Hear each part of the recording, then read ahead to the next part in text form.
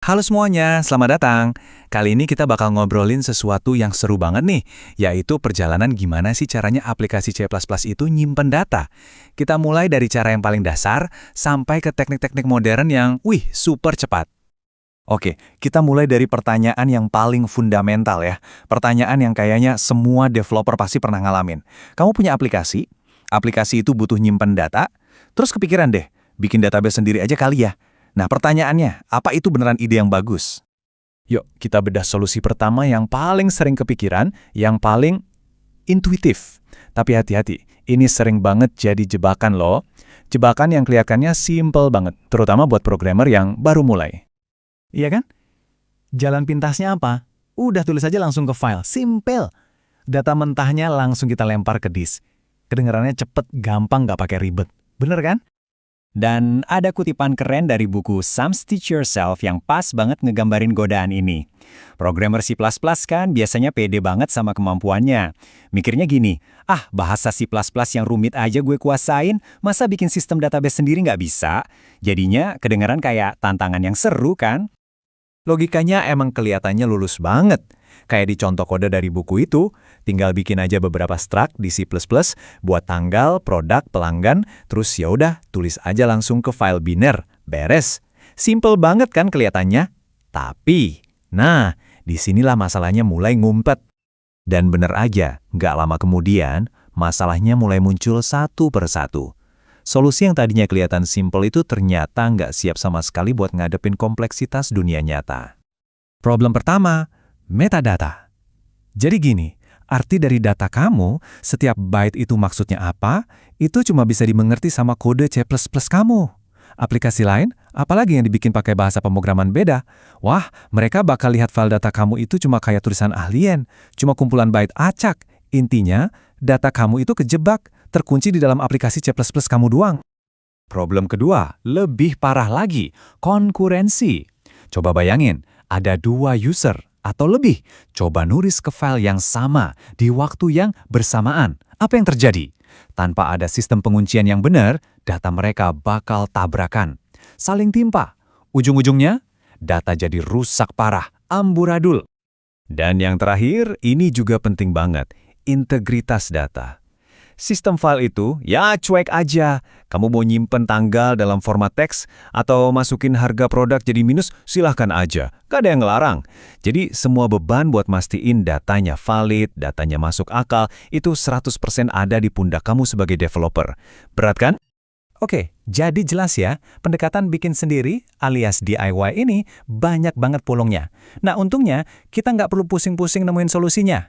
Karena udah ada alat yang emang diciptain khusus buat nanganin semua masalah ini. Namanya, tentu saja, database.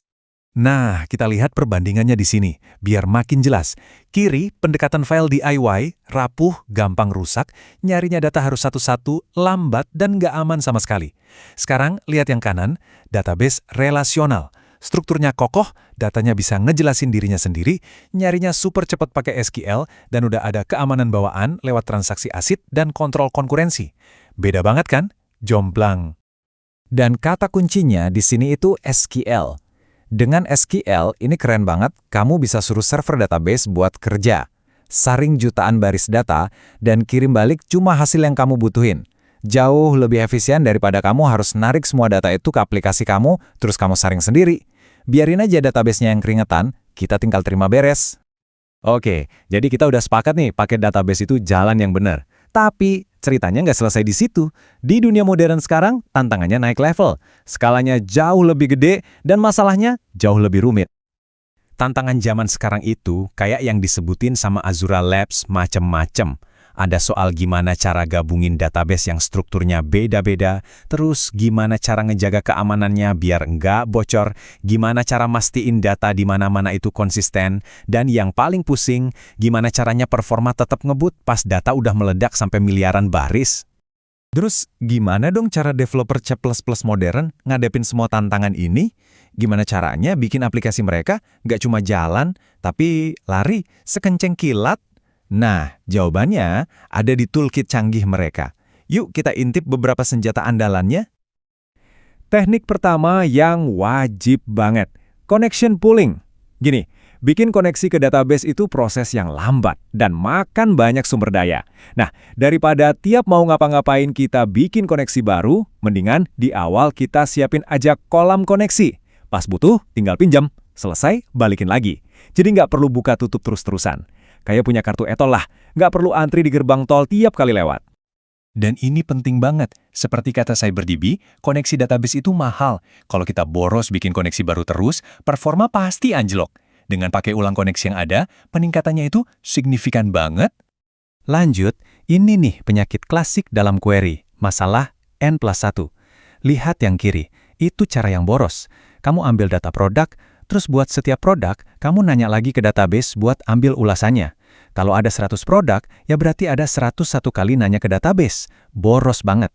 Bandingin sama yang kanan. Cukup dengan satu query join yang pinter, semua data yang dibutuhin langsung dapat dalam sekali jalan. Efisiensinya, wah beda jauh, kayak langit dan bumi. Tapi senjatanya nggak cuman itu. Developer C++ yang jago juga mikirin hal lain. Pertama, manajemen memori. Pakai smart pointer kayak std newnek pt, jadi nggak ada lagi tuh cerita memori bocor yang bikin aplikasi makin lama makin lambat. Kedua, mereka anti banget sama copy-paste data yang nggak perlu. Pakai referensi dan move semantics, jadi data besar bisa dipindah-pindah tanpa bikin berat. Terakhir, multi-threading. Daripada ngerjain 5 tugas satu-satu, mending kerjain 5-5-nya barengan. Waktu tunggunya kepotong drastis. Semua ini kalau digabungin, hasilnya ya aplikasi yang super ngebut. Oke, kita udah lihat perjalanannya nih dari yang cuma nulis ke file biasa sampai ke teknik-teknik canggih. Jadi, apa sih intinya? Apa benang merah dari semua ini? Intinya sebenarnya simple. Walaupun teknologinya udah berubah drastis, dari file biner ke API canggih ke multithreading, prinsip dasarnya tuh nggak pernah berubah. Kita semua dari dulu sampai sekarang cuma ngejar 3 hal. Struktur data yang baik, efisiensi, dan keandalan. Tujuannya sama, cuma caranya aja yang makin canggih. Sebagai penutup, coba deh renungkan pertanyaan ini. Data itu kan jantungnya software modern. Nah, di proyek kamu sendiri, kamu lagi ngebangun apa? Rumah kartu yang rapuh, yang sekali kesenggol langsung ambruk, atau sebuah benteng kokoh yang siap menghadapi badai apapun? Jawabannya ada di tangan kamu.